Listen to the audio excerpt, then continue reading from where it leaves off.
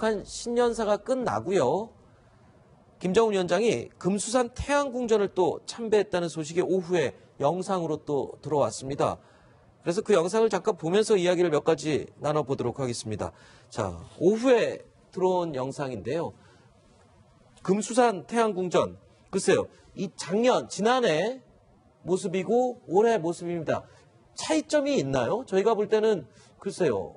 뭐 큰 차이점을 느끼지 못하겠는데 주요 간부들이 참석한 모습, 멤버들이 그렇게 달라진 것 같지는 않습니다. 예, 주요 크리 달라진 건 같지 않습니다. 네. 그런데도. 근데 신년에 이렇게 항상 금수산 태양궁전을 참배하는 것, 이거는 뭐 중요한. 예, 그렇죠. 때로는 이게 구성이 좀 달라질 수 있습니다. 네. 지금 이번에는 당, 행정, 군부 다 같이 어울려서 이제 갔습니다. 네. 그런데 어떤 때 보면 이제 기념군전 참배에 당만 갈 때도 있고 또 네. 군부만 갈 때도 있고 이렇게 그시그시 이제 그 구성성원이 이제 바뀝니다. 지난해 모습에는 김영남 위원장이 보이고 리용호 외무상의 모습이 옆에 언뜻 보이는 것 같은데. 예, 그렇습니다. 리용호 외무상 얘기 잠깐 좀 해보겠습니다. 지금 네. 미국이나 다른 외교적인 문제에 있어서는 다른 나라들이 리용호 외무상을 굉장히 지금 선호하고 있어요. 예. 어떤 인물입니까? 지금 리용호 외무상. 지난주에 리용호 외무상에 대해서 태호공사께서 이런 평가를 내렸는데 이야기를 잠깐 듣고 이어가 볼까요? 이용호는 북한에서 매우 희귀한 네. 그런 이제 전략가 형의 인물이라고 볼 수 있겠습니다. 현재 북한에서 나오고 있는 거의 모든 대외 문건들이나 이런 북핵 협상의 전략적 또 전술적인 이런 세부 디테일 상황은 제가 판단하건대 다 이용호의 그 작전과 머리에서 나오고 있다. 이렇게 저는 판단됩니다. 전략형 인물이다. 책을 굉장히 많이 읽고 네. 외교관으로서는 굉장히 전략적인 인물이다. 이렇게 평가를 해주셨어요. 네, 영어를 대단히 잘하기 때문에 네. 미국에서 나오는 핵 문제와 관련한 책은 거의 다 읽고 있다. 이렇게 이제 이해하시면 되겠습니다. 네. 그런데 지금 현재 북한에서는 김영철을 더 앞세우고 있거든요.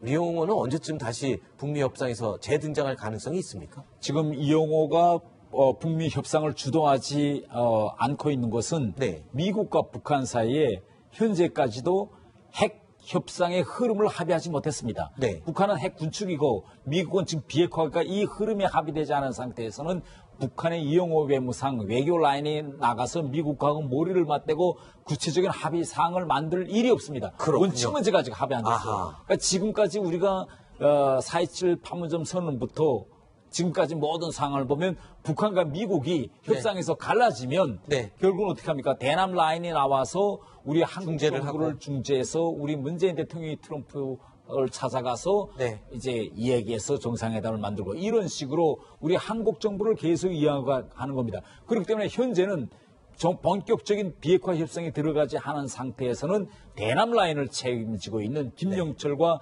대남 라인이 결과적으로는 모든 문제를 주도해 나갈 수밖에 없습니다. 만일 미국과 북한 사이에 핵 문제와 관련 가닥이 잡힌다면 그때부터는 아마 북한 외무성 라인이 전면적으로 나서서 디테일 사항들을 합의하면서 나갈 것입니다. 지금 태공사님과 긴 시간 얘기를 나누면서 보니까 모든 주제를 얘기할 때 문제는 거기서 시작됩니다.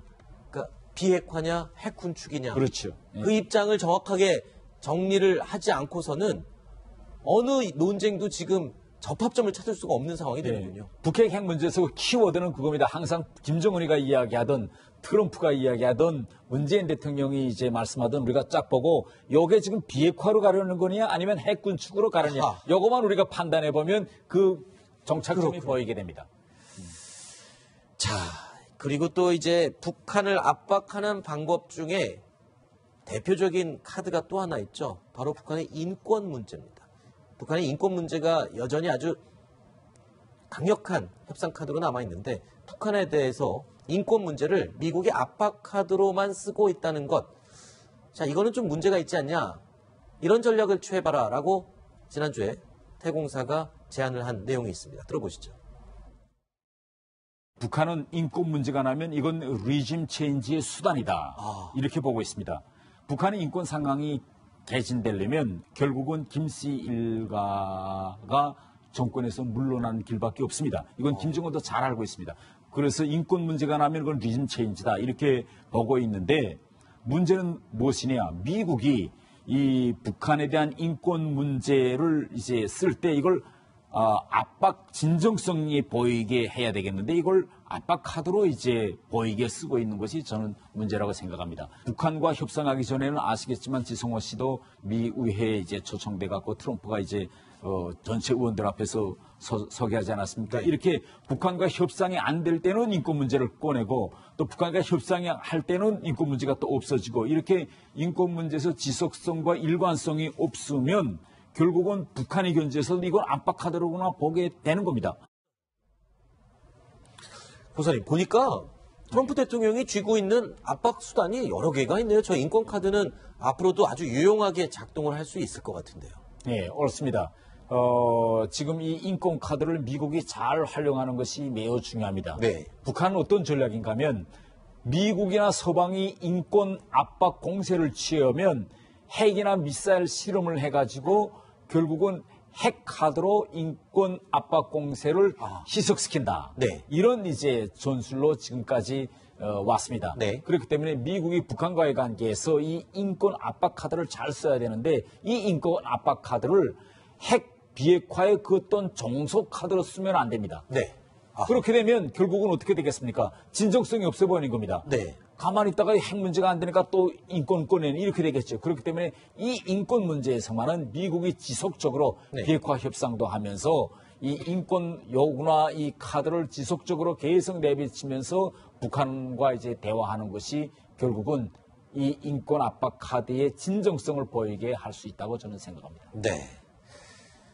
이제 트럼프 대통령도 김정은 위원장의 신년사에 대한 무언가의 이 반응을 보여야 될 것 같습니다. 그 반응이 어떻게 나올지도 굉장히 궁금하고요.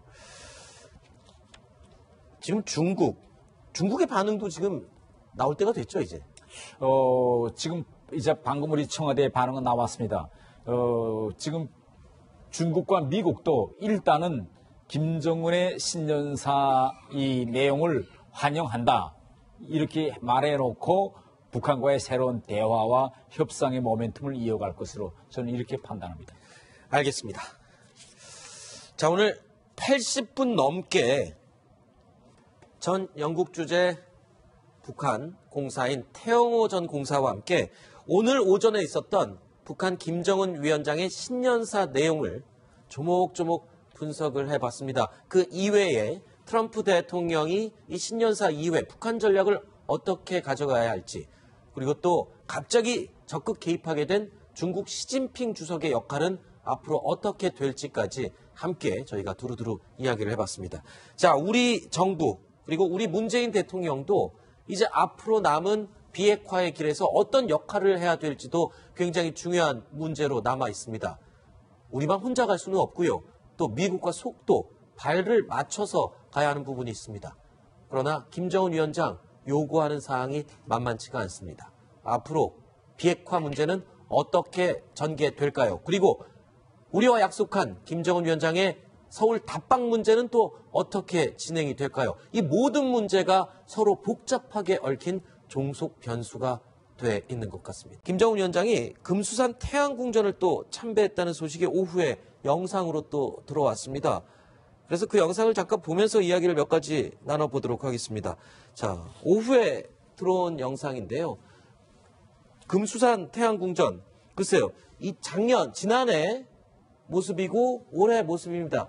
차이점이 있나요? 저희가 볼 때는 글쎄요, 뭐 큰 차이점을 느끼지 못하겠는데 주요 간부들이 참석한 모습, 멤버들이 그렇게 달라진 것 같지는 않습니다.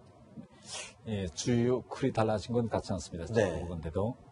근데 신년에 이렇게 항상 금수산 태양궁전을 참배하는 것, 이거는 뭐 중요한. 예, 그렇죠. 때로는 이게 구성이 좀 달라질 수 있습니다. 네. 지금 이번에는 당, 행정, 군부 다 같이 어울려서 이제 갔습니다. 네. 그런데 어떤 때 보면 이제 기념군전 참배에 당만 갈 때도 있고 또 네. 군부만 갈 때도 있고 이렇게 그시그시 이제 그 구성 성원이 이제 바뀝니다. 지난해 모습에는 김영남 위원장이 보이고 리용호 외무상의 모습이 옆에 언뜻 있는 것 같은데. 예. 그렇습니다. 리용호 외무상 얘기 잠깐 좀 해보겠습니다. 지금 미국이나 다른 외교적인 문제에 있어서는 다른 나라들이 리용호 외무상을 굉장히 지금 선호하고 있어요. 어떤 인물입니까? 지금 리용호 외무상. 지난주에 리용호 외무상에 대해서 태호공사께서 이런 평가를 내렸는데 이야기를 잠깐 듣고 이어가 볼까요? 이용호는 북한에서 매우 희귀한 그런 이제 전략가 형의 인물이라고 볼 수 있겠습니다. 현재 북한에서 나오고 있는 거의 모든 대외 문건들이나 이런 북핵 협상의 전략적 또 전술적인 이런 세부 디테일 상황은 제가 판단하건대 다 이용호의 그 작전과 머리에서 나오고 있다. 이렇게 저는 판단됩니다. 전략형 인물이다. 책을 굉장히 많이 읽고 외교관으로서는 굉장히 전략적인 인물이다. 이렇게 평가를 해주셨어요. 네, 영어를 대단히 잘하기 때문에 미국에서 나오는 핵 문제와 관련한 책은 거의 다 읽고 있다. 이렇게 이제 이해하시면 되겠습니다. 그런데 지금 현재 북한에서는 김영철을 더 앞세우고 있거든요. 리용호는 언제쯤 다시 북미 협상에서 재등장할 가능성이 있습니까? 지금 이용호가 북미 협상을 주도하지 않고 있는 것은 미국과 북한 사이에 현재까지도 핵 협상의 흐름을 합의하지 못했습니다. 북한은 핵 군축이고 미국은 지금 비핵화가 이 흐름에 합의되지 않은 상태에서는 북한의 이용호 외무상 외교 라인에 나가서 미국하고 머리를 맞대고 구체적인 합의 사항을 만들 일이 없습니다. 원칙 문제가 아직 합의 안 됐어요. 그러니까 지금까지 우리가 4.27 판문점 선언부터 지금까지 모든 상황을 보면 북한과 미국이 협상에서 갈라지면 결국은 어떻게 합니까? 대남 라인이 나와서 우리 한국 정부를 중재해서 우리 문재인 대통령이 트럼프를 찾아가서 이제 이야기해서 정상회담을 만들고 이런 식으로 우리 한국 정부를 계속 이야기하는 겁니다. 그렇기 때문에 현재는 본격적인 비핵화 협상에 들어가지 않은 상태에서는 대남 라인을 책임지고 있는 김영철과 대남 라인이 결과적으로는 모든 문제를 주도해 나갈 수밖에 없습니다. 만일 미국과 북한 사이에 핵 문제와 관련 가닥이 잡힌다면 그때부터는 아마 북한 외무성 라인이 전면적으로 나서서 디테일 사항들을 합의하면서 나갈 것입니다. 지금 태공사님과 긴 시간 얘기를 나누면서 보니까 모든 주제를 얘기할 때 문제는 거기서 시작됩니다. 그러니까 비핵화냐 핵 군축이냐. 그렇죠. 그 입장을 정확하게 정리를 하지 않고서는 어느 논쟁도 지금 접합점을 찾을 수가 없는 상황이 되는군요. 북핵 핵 문제에서 키워드는 그겁니다. 항상 김정은이가 이야기하던 트럼프가 이야기하던 문재인 대통령이 이제 말씀하던 우리가 쫙 보고 요게 지금 비핵화로 가려는 거냐 아니면 핵 군축으로 가려냐. 요거만 우리가 판단해 보면 그 정착점이 보이게 됩니다. 자, 그리고 또 이제 북한을 압박하는 방법 중에 대표적인 카드가 또 하나 있죠. 바로 북한의 인권 문제입니다. 북한의 인권 문제가 여전히 아주 강력한 협상 카드로 남아있는데 북한에 대해서 인권 문제를 미국이 압박 카드로만 쓰고 있다는 것. 자, 이거는 좀 문제가 있지 않냐. 이런 전략을 취해봐라라고 지난주에 태공사가 제안을 한 내용이 있습니다. 들어보시죠. 북한은 인권 문제가 나면 이건 리짐 체인지의 수단이다. 이렇게 보고 있습니다. 북한의 인권 상황이 개진되려면 결국은 김씨 일가가 정권에서 물러나는 길밖에 없습니다. 이건 김정은도 잘 알고 있습니다.